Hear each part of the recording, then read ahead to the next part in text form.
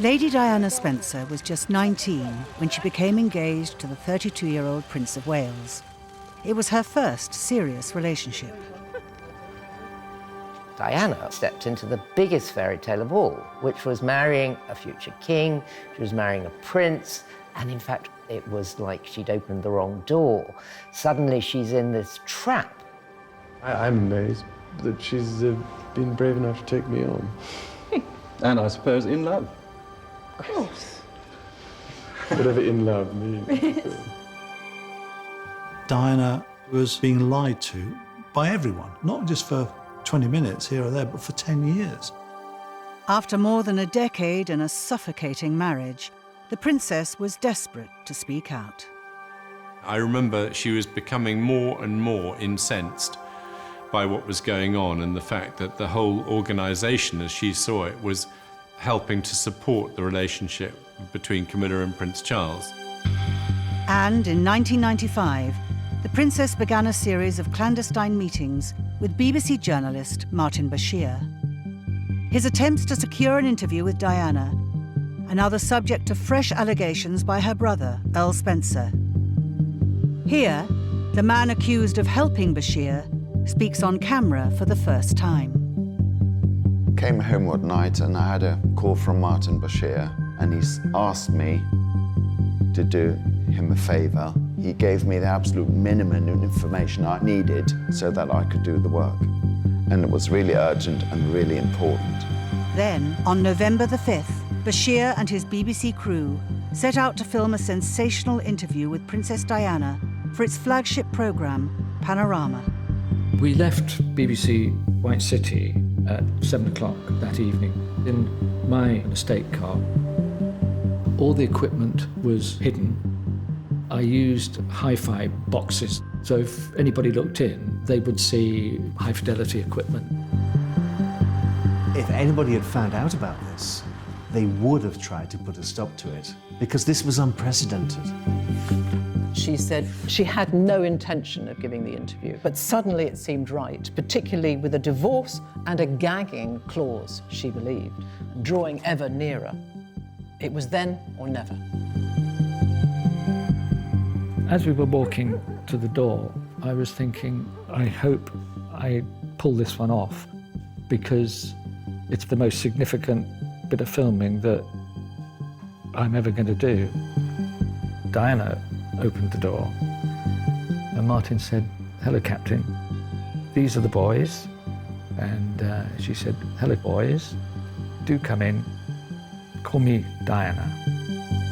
This is the story, told by those who were there, of what was said in one of the most important television interviews of the 20th century, of the legacy it left and why it really happened. She won't go quietly, that's the problem. I'll fight till the end, because I believe that I have a role to fulfill.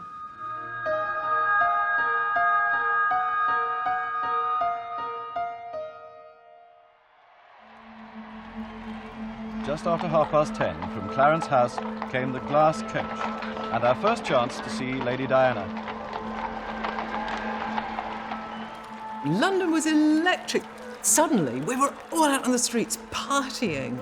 I remember on Fleet Street, they were standing on sorts of boxes to get a view as the carriage went by. The royal wedding on the 29th of July 1981 between Prince Charles and Lady Diana Spencer was watched live by 750 million people worldwide. We all bought into the magic. I joined the throng outside, must have been 100,000 people, and these events are amazing. Their relationship seemed to work both on a theatrical level and, we all hoped, on a personal level. We had a newish government and Margaret Thatcher. Where there is error, may we bring truth. She was shaking the country up in a way that many people didn't want it to be shaken up. A lot of industries were closing. There was high unemployment. In the early part of 1981, there had been riots in Brixton. The country felt very divided. The royal wedding and the romance of Charles and Diana was this fantastic antidote to all that. The rioters never advocated a republic. I was covering it for the BBC. I was there that whole weekend. The Queen was not their target. So one of the things about the British royal family, it's always seemed to have a universal appeal to different classes and to different races. So I've definitely felt an affinity as a young Brit, and I wanted the wedding to succeed. The world gets its first full glimpse of the fairy tale princess, demure behind her veil, as bewitching and romantic a bride as ever touched the heart of the world.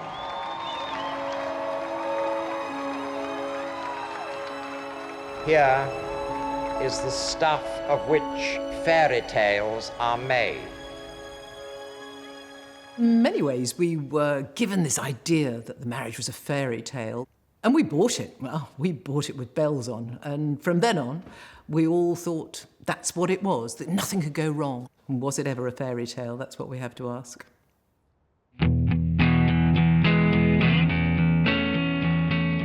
I first met Diana in France skiing, and she really brought a lot of laughter to the trip. She was very, very funny to have, around. She had a very good sense of humour. It was very timely and quick, one-liners. She shared a flat with 3 friends off the Brompton Road, the hen house, as she called it. On the door of her room, she had a Chief Chick sign. Diana first began dating Charles when she was a 19-year-old kindergarten teacher. I went round to her flat, and at about 10:15, I heard quite a throaty engine turning up outside the window. And then she appeared about 5 minutes later, stormed in saying, "They're working him much too hard. It's quite wrong that they should push him so hard." And there were a few knowing nods from the flatmates. I asked her whose car it was, and then she said, well, it was Prince Charles. Ah, good. Nice car. Good babe trap, I said, Before meeting Diana, Prince Charles had been playing the field, but he was now in his early 30s, and he was still a bachelor. The pressure on Prince Charles to find a bride was intense. And I think actually everyone rather enjoyed the game of watching him just pass a woman, in the street almost, and we'd marry him off immediately. There was enormous pressure on him to find a wife. So it must be marvellous when Diana came along. I felt sorry for her. She was chased through the streets. It must have been shocking to find yourself a prey in the way that she was from the very outset. Going back to your car and being surrounded by paparazzi. The arrival of Diana changed the way that the royals were reported. These had been very dull years. There was a bit of interest in Margaret because she clearly had a drink problem, but there was nothing that was going to push them forward into the 80s. Hello, Diana. Fantastic. In 1980, newspapers were big business, selling 16 million copies per day, among the highest rates per head in the world, and competition for sales was rife. She sold papers in a way that I hadn't ever seen one person sell papers before, to the point that we used to refer to her as the Princess of Sales. Is there any possibility of any announcement of your marriage in the near future? Can you tell me? Can you tell me if there's any possibility? I'm not going to say anything, really. Right, but Prince Charles did give us a hint himself. He said we wouldn't have to wait too long. Careful. The romance moved incredibly quickly, if you can call it a romance. I mean, it was incredibly formal at the time. She had to call him Sir. And they didn't do the usual things that young people were doing even in the 1980s. They didn't go to the cinema, they didn't go out to dinner together.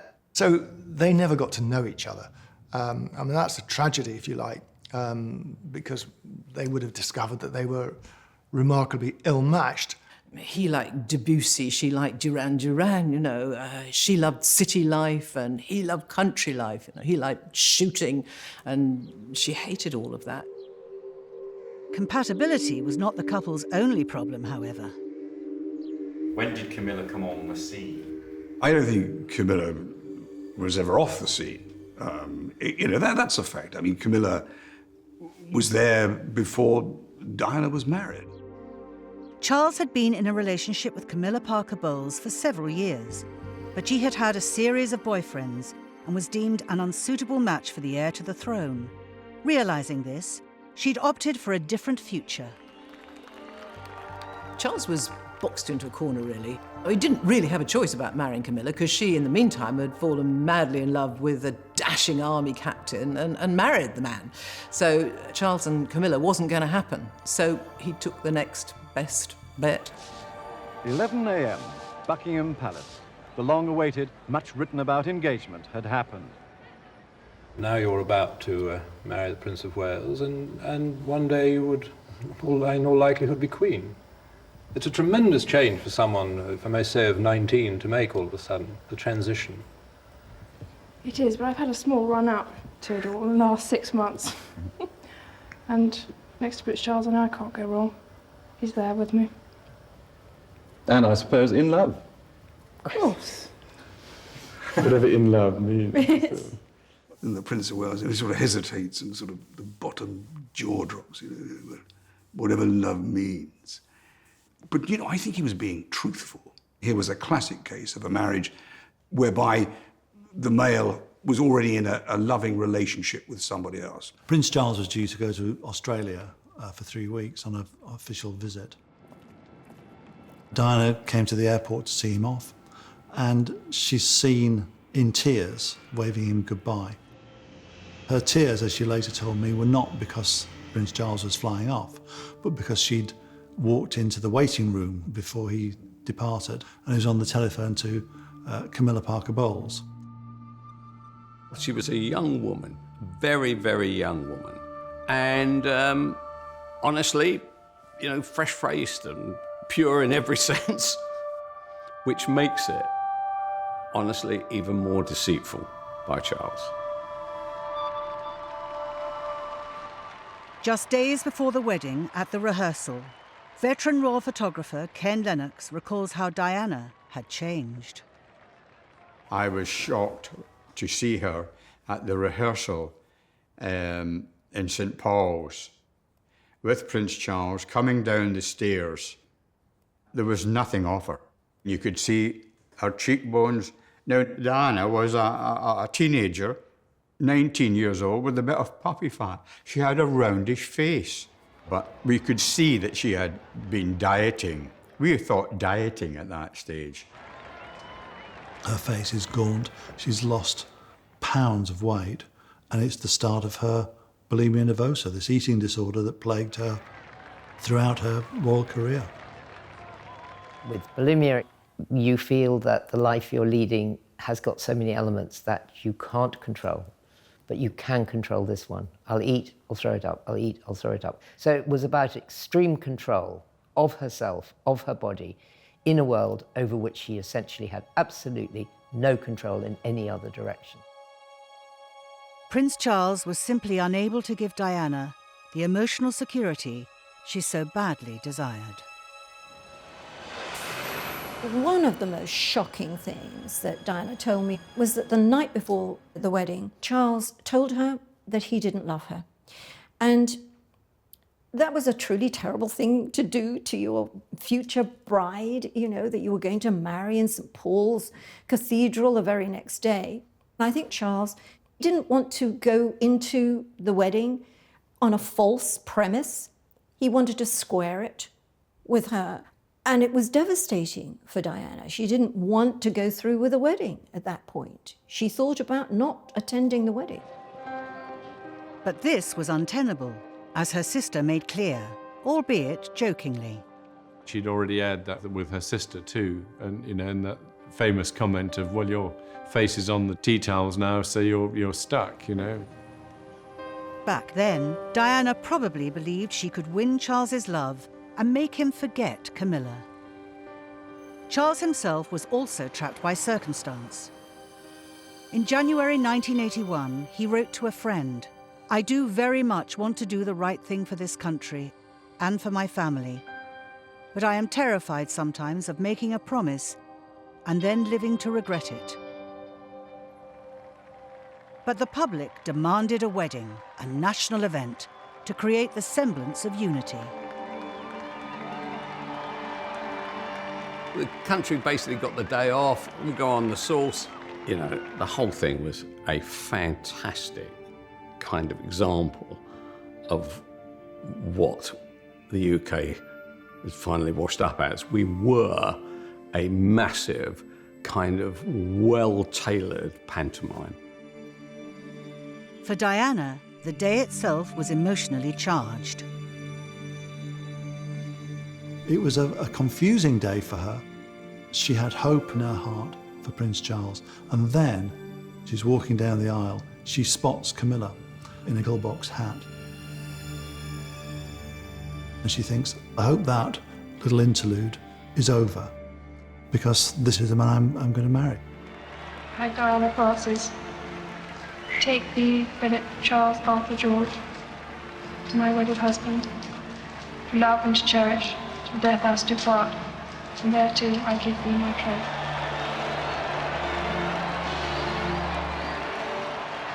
What, of course, happened to Diana was that she stepped into the biggest fairy tale of all, which was marrying a future king. She was marrying a prince. He was going to transform her world. They were going to live this extraordinary life. They were going to be in a castle. She didn't have to be Rapunzel letting down her hair. And in fact, it was like she'd opened the wrong door. Suddenly she's in this trap.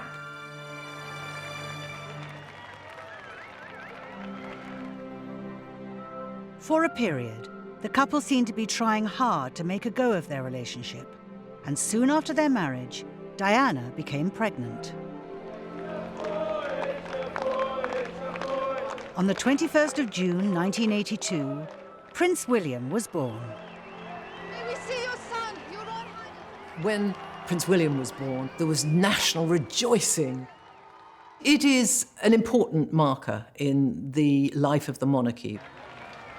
She must have been very pleased it was a boy, because that's what you're meant to do. And I think they had hope that this was going to work, and they were trying to make it work. Naturally, progress was slow as the floral tribute. When the couple made their first foreign official visit to Australia in 1983 with their one-year-old baby William, it was Di-mania from the start. The prince realized very quickly it wasn't really him the people had turned out to see. I've come to the conclusion that really it would have been far easier to have had two wives, to have covered both sides of the street. And I could have walked down the middle, directing the operation. You know, everybody laughed at it, but actually deep down, he was annoyed at this, you know, almost saying, well, actually, this is my show. You're meant to be coming along to support me. It was this jealousy factor. Diana had begun to discover her own celebrity, but what should have established the basis of a public partnership instead sowed the seeds of what some saw as resentment. What emerged was this huge popularity that the royal family, from the Queen, even her own husband, and others, had a problem with it. It was this jealousy factor. They couldn't really understand, what is it that this woman has got that I haven't got? Why can't I achieve this? They switched to an open Rolls-Royce and travelled through the Botanic Gardens to the Opera House for undoubtedly the biggest welcome of this tour so far. Diana, it seemed, became all too aware of her husband's discontent. I was maybe 4 feet from Diana. We started to move off, and Diana burst into tears. She just wept. Prince Charles, he was looking at his side of the car and never even glanced back. I was really shocked. So I went to Vic Chapman, who was the press officer on the tour. He was a Canadian, a big, bluff man. And I said, Vic, the princess was in tears. Yes, Ken. I said, why? What happened? And he said, Ken, mozzie bites and jet lag. Well, of course, I knew Vic was making it up, and Vic knew I knew Vic was making it up. Despite apparent problems within the relationship, Diana soon became pregnant again with Prince Harry. At 2:35, the waiting was over. And in September 1984, she provided another heir to the throne. The following day, the couple presented Prince Harry to the world. I'm standing outside the hospital, and Jimmy Gray, who was the Daily Mail's royal photographer at the time, said to me, "Do you know he's going to leave here and go and play polo?" And I said, "Get out of here." He said, "No, that's what he's going to do." I said, "Jimmy, you want to bet on that then?" He said, "Yeah, okay. How much?" And Jimmy said, 50 quid. Less than an hour later, Prince Charles left to play polo. I lost 50 quid. Because I couldn't believe that a man with his newborn baby was going to leg it and play some daft game of polo. Doing something like that to a wife with a newborn baby was atrocious. If he thought he could treat his wife like that, he was in deep trouble. It was a symbolic moment when she gave birth to Prince Harry. As she told me, the shutters came down. And so you can almost date the end of the marriage to that period. And that was only, 4 years into the marriage. I think the princess served her purpose. She gave the Prince of Wales what he really wanted, an heir and a spare. And then he could safely return to the love of his life, Camilla Parker Bowles. There is a level of sympathy for Charles, that he was in an impossible position. He'd had a really rubbishy childhood. He'd been pretty neglected by his parents. But if you had got that behavior from just a normal bloke, the world would have seen it as really shocking. Charles clearly abused her emotionally. In private, the couple began to lead separate lives, with Diana based at Kensington Palace and Charles mainly at Highgrove in Gloucestershire. Charles was now seeing Camilla on a regular, clandestine basis. Diana lived a life where she was being lied to by everyone, from the police, to the courtiers, to the chef, to the valets, to the footman, who all knew and subscribed to Prince Charles's undercover relationship with Camilla Parker Bowles, but told Diana a separate story. So people have said, oh, she was paranoid. Well, she had every right to be paranoid because she was being consistently lied to for not just for 20 minutes here or there, but for 10 years. I was the butler at Highgrove. And every weekend, Princess Diana and the children would spend the weekend at Highgrove. But during the week, I was the butler for the Prince of Wales at Highgrove. Now, there were two very different worlds. One a family unit during the weekends, and a single man's life during the week. Now, the princess would ring me up during the week and say, "Where's Prince Charles?" I said, "Well, I can't really say. You'll have to ask him." Where was he? Prince of Wales was out seeing Camilla Parker Bowles. He'd say, "Oh, I'm feeling awfully tired tonight. I think I'll take an early night. I'll have my dinner at 7 instead of 8. So I'd set up the dinner table, and the prince would eat alone, and he'd light the fire, and he'd have his dressing gown on, and he'd watch the television. But as soon as I cleared the dinner, the car was roaring down the drive. Charles couldn't understand why Diana would sit cross-legged on the chest freezer eating a bowl of cornflakes. Because his argument would be, well, we've got a perfectly good dining room. But actually she enjoyed, sitting, talking to the chefs, talking to the flower arranger, the housekeeper. Because actually from that conversation, from that gossip came all the news, what's happening. Now eventually, of course, snippets of information get out. So she knew exactly what was going on. The Princess of Wales felt not the slightest apprehension about her visit to the Middlesex Hospital and its AIDS ward. During this period, Diana decided to strike out publicly on her own. Daringly, the princess chose to campaign on behalf of HIV and AIDS sufferers, discarded at the time as social untouchables. To the delight of the staff, she clearly wasn't wearing gloves.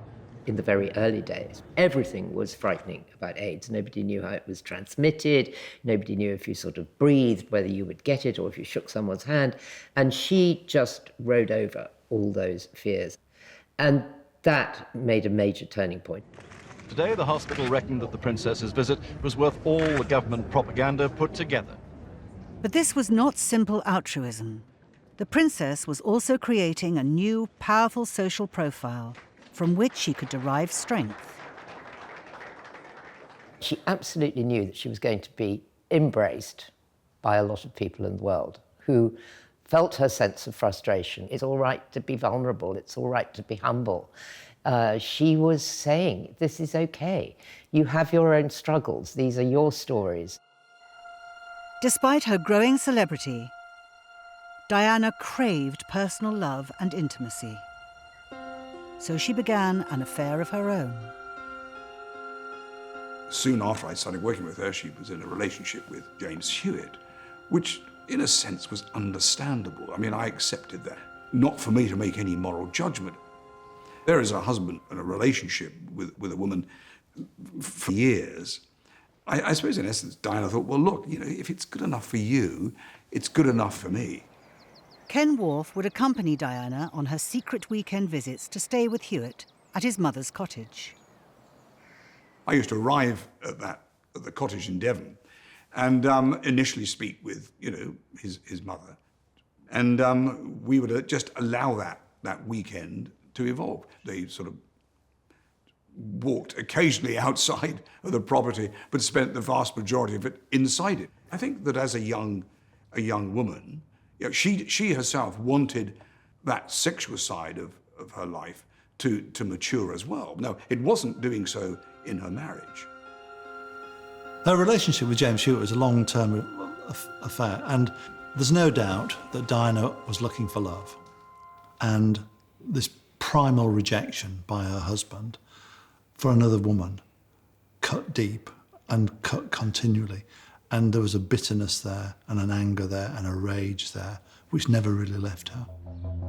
Diana's relationship with Hewitt ended in 1991, but frustration with a loveless marriage continued. And so she sought advice from old friends about how to find an outlet for her unhappiness. I remember she was becoming more and more incensed by what was going on, and the fact that the whole organisation, as she saw it, was helping to support the relationship between Camilla and Prince Charles. And she would have moments of extreme anger and wanting to you know, bash the mattress with a tennis racket and that kind of thing. And I said, well, I think, you know, there are ways of, you know, lancing the abscess.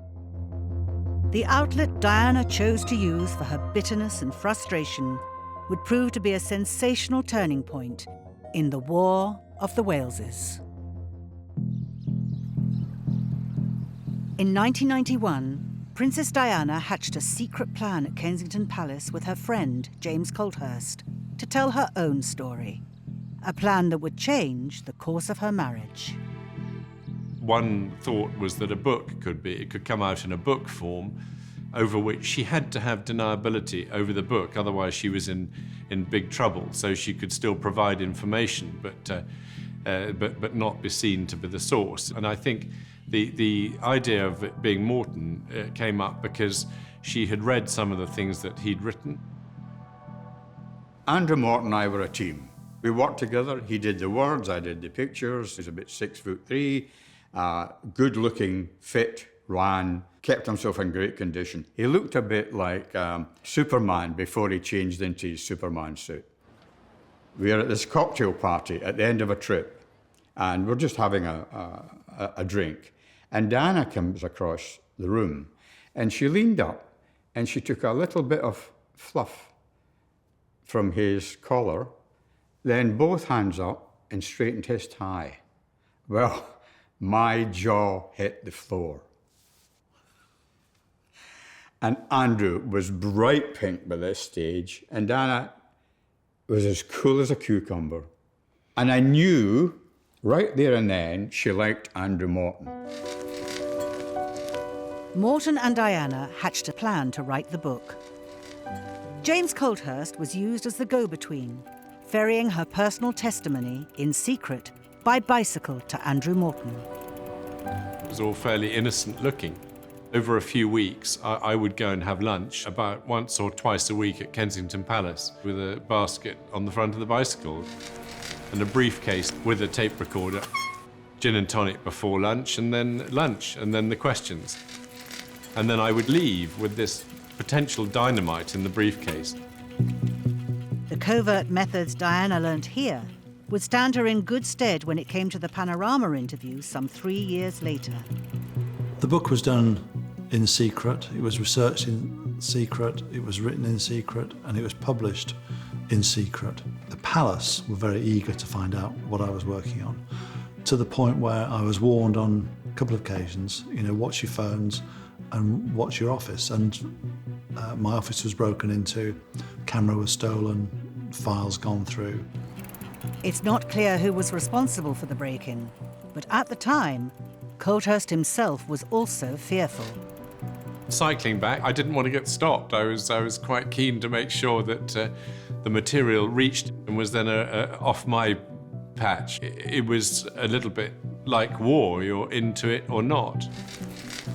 I remember one time there was a drain cover or pothole that had been left too open, and the bicycle hit it pretty hard, and there were papers, transcripts of this, dynamite book were going all over the road. You were playing three-dimensional chess. You were trying to checkmate Fleet Street and checkmate the Palace. It was I would say it was a very British affair, kind of amateurish, half-baked, but it worked. After the weeks of hype, the book, Diana, Her True Story, is now on the shelves. The book came out in June 1992. There was nothing amateurish about its launch. It became a worldwide bestseller, making Andrew Morton's fortune. Selling is already described as brisk. Advanced orders for Andrew Morton. The content was revelatory. Throughout the whole of my editorship of The Sun, the royal family, the Queen's own PR, Diana's PR, Charles's PR, everybody had denied every single damn story we had ever run of a kind. They're having an affair, she was weeping, she's suffering from bulimia. All these stories, complete rubbish, load of tabloid nonsense, all being made up, all being made up, all being made up. Hello, here comes Andrew Morton's book. By the way, all true, yes, bulimia, true. Camilla, the whole lot, completely true. Do you know what? I could have hugged Andrew Morton. Diana denied all speculation that she had been involved in the writing of the book. People today probably won't remember that she said, no, I never met Andrew Morton. So it was very duplicitous and must have astounded Prince Charles that she had dared to do this. And I'm sure he understood it was all her own words, and painting a true picture of the marriage. The gloves were now well and truly off in the battle between Diana and Charles for media supremacy. Now they were attempting to openly upstage each other, as the princess expertly accomplished on the couple's tour of India. It was the most febrile year in the history of the royal family. In that long, hot summer, the revelations of one member of the royal family followed those of another. If you want to be like me, you've got to suffer. The Squidgygate tape, as it became known, was released in the late summer of '92. Newspapers say this tape is genuine. It was a covert recording of a telephone conversation released to the press between Diana and an ex-lover, James Gilby. Squidgy was Gilby's pet name for her.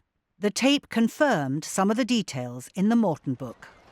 The telephone conversation allegedly involving the Princess of Wales is reported to have been taped on New Year's Eve, 6 days after these pictures were taken at Sandringham in 1989.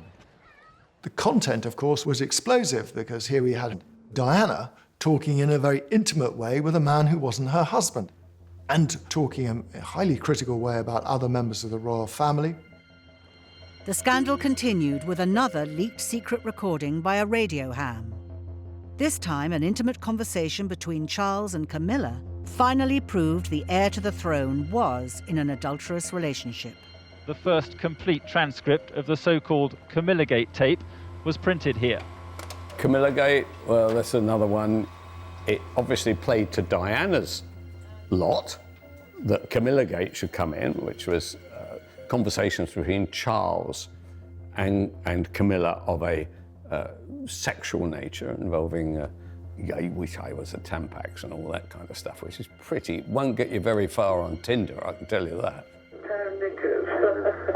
I think you're going to come back as a pair of knickers. God forbid a Tampax. Poor Prince Charles, I did feel sorry for him. To be caught on tape and have it broadcast globally that you wanted to be a Tampax in your lover's whatever, I thought, Charles, no, he will never get over this. His reputation cannot withstand this. Charles and Diana's relationship had become untenable and was damaging the monarchy. Inevitably, the palace ordered a split, although Diana would remain the future queen. It is announced from Buckingham Palace that, with regret, the Prince and Princess of Wales have decided to separate. Their Royal Highnesses have no plans to divorce, and their succession to the throne is unaffected by it. On the 20th of June 1994, Charles attempted to hit back at Diana's growing popularity, as well as rehabilitating his reputation post-Camillagate by giving an exclusive interview to Jonathan Dimbleby for ITV. Dimbleby himself had been drafted in to make a programme about the prince's life and his work. The cameras have followed the prince for more than a year. But being Jonathan Dimbleby, realised that there was a much bigger story, the separation of the Prince and Princess of Wales. On the night, Diana chose to upstage Charles by wearing an off-the-shoulder dress, similar to one Camilla herself had once worn. However, Diana need not have worried. The Dimbleby interview would be remembered for one thing above all. Were you faithful and honourable to your wife when you took on the vow of marriage? Yes, absolutely. And you were? Yes. Until it became irretrievably broken down. Fantastic. Right, embarrassment this way. The source of the front page story in the tabloids today is impeccable. Not someone close to the Prince of Wales, but the future king himself. The fact that the Queen's son was very quietly, dropping his trousers with a married woman, you couldn't get enough of it. You could not get enough of it. By agreeing to the Dimbleby interview, Charles had unwittingly shifted the media war with Diana onto an entirely new theatre of conflict. The effect on Diana was quite profound, and she realised that this had had a huge impact on the debate about the royals, and in particular the debate about the Prince and Princess of Wales. And she could see that the power of television was extraordinary.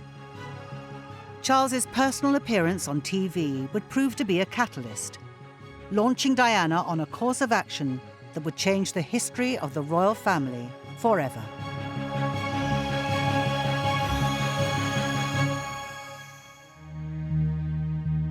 Following Charles's admission of adultery in the Jonathan Dimbleby interview, the princess wanted to tell her side of the story. Every journalist wanted to interview her, including a little-known but ambitious BBC Panorama reporter, Martin Bashir, who began trying to get access to Diana. In the course of his work for Panorama, Bashir asked his friend and colleague, a BBC graphic designer, to do a job for him late one evening.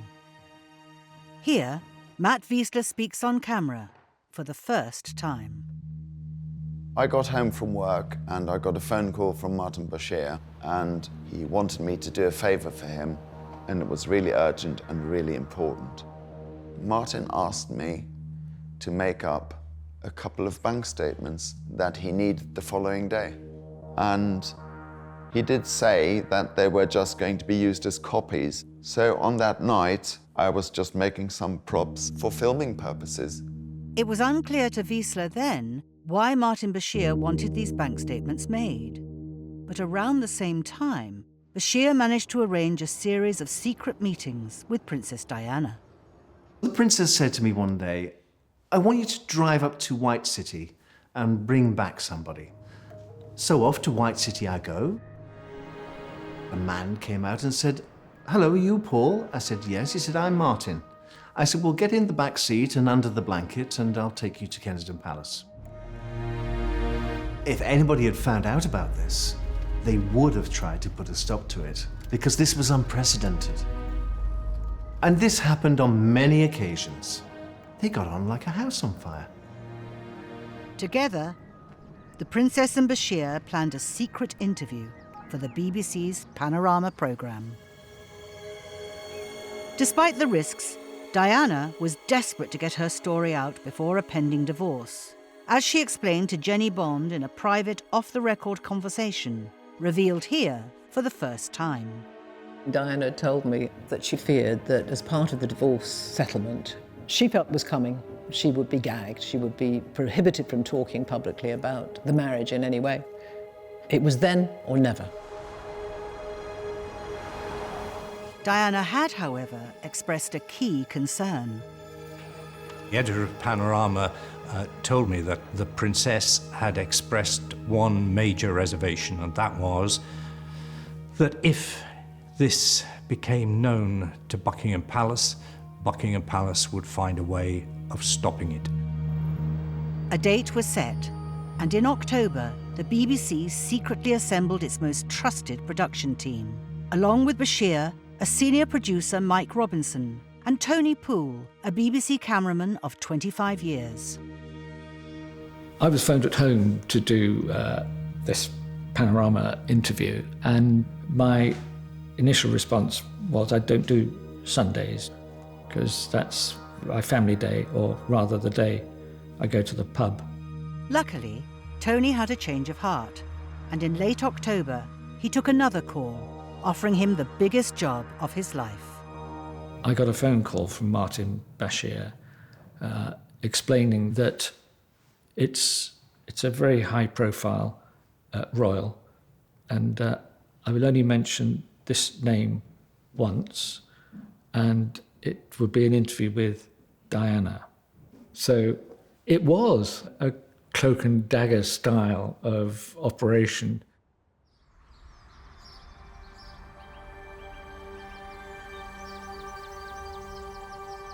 It was a Sunday afternoon, and she said to me, "Paul, you haven't seen your family all week.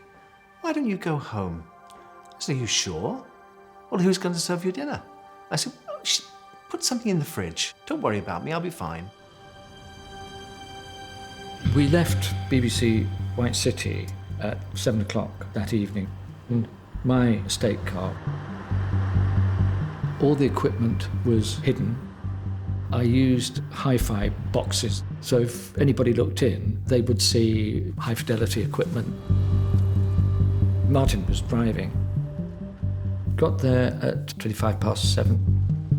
There is quite a big security entrance at the back, and there's always police on it. I am a bit surprised that a car coming into a royal palace was not in some way searched. Martin wound down the window and said to the officer, "Mr. Martin for Mrs. Wales." And the officer looked in the vehicle, saw us, he said, "That's fine, you're expected." Martin then parked the car, so it was in a CCTV blind spot. There is a CCTV blind spot at Kensington Palace, and the police can't see any vehicle parked there. As we were walking to the door, I was thinking, I hope this works. I hope I pull this one off, because it's probably the most significant bit of filming that I'm ever going to do. Diana opened the door, and Martin said, "Hello, Captain. These are the boys." And she said, "Hello, boys. Do come in. Call me Diana." Next time, the Diana Panorama would lead to Martin Bashir being accused of fabricating documents to obtain the interview. Most recently, by her brother, Earl Spencer, something the BBC has denied for 25 years. I would ask the BBC to come clean on this as a matter of urgency, because this interview was undoubtedly one of the most important interviews ever given in the 20th century. The graphic designer, blacklisted by the BBC for speaking out, defends himself for the first time. I've agreed to talk to you because I'm this guy that's remembered for forging a document, and I want to clear my name. And how Diana's words would prompt a constitutional crisis for the royal family itself. This was an interview that went to the absolute dark heart of the British establishment, the monarchy. It was explosive television, and my goodness, it caused fireworks at Buckingham Palace. She won't go quietly, that's the problem. I'll fight till the end.